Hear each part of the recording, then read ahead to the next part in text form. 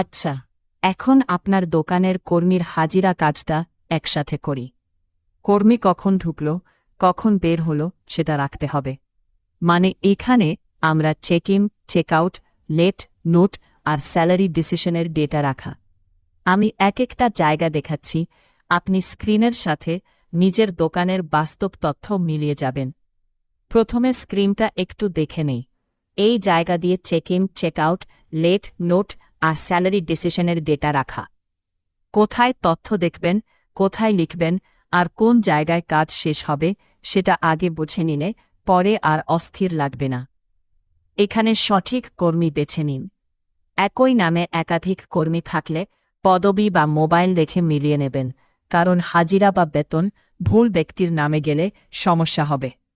তারিখ, শিফট, হাজিরা বা ছুটির অংশে আগে সময় মিলিয়ে নিন।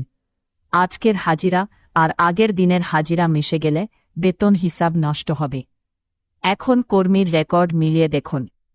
এই কর্মীর রেকর্ড জায়গায় একটু ধীরে কাজ করবেন। আপনার দোকানের বাস্তব তথ্যের সাথে স্ক্রিন মিলিয়ে নিন, কারণ অ্যাটেন্ডেন্স না থাকলে স্যালারি বা রেসপন্সিবিলিটি নিয়ে কথা কাটাকাটি হতে পারে। ঠিকভাবে করলে check in, check out, late, note আর স্যালারি ডিসিশনের ডেটা রাখা সহজ হবে যাবে। এখন শেষ বাটন চাপার আগে যাচাই করুন। এই শেষ বাটন জায়গায় একটু ধীরে কাজ করবেন।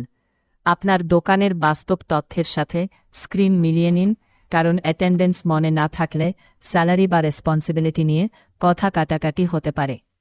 ঠিকভাবে করলে check in, check out, late, note আর স্যালারি ডিসিশনের ডেটা রাখা সহজ হবে যাবে। এই কাজটার শেষে আপনার সবচেয়ে দরকারি অভ্যাস হল প্রতিদিন শিফট অনুযায়ী অ্যাটেন্ডেন্স আপডেট করা। মনে রাখবেন, অ্যাটেন্ডেন্স না থাকলে স্যালারি বা রেসপন্সিবিলিটি নিয়ে কথা কাটাকাটি হতে পারে।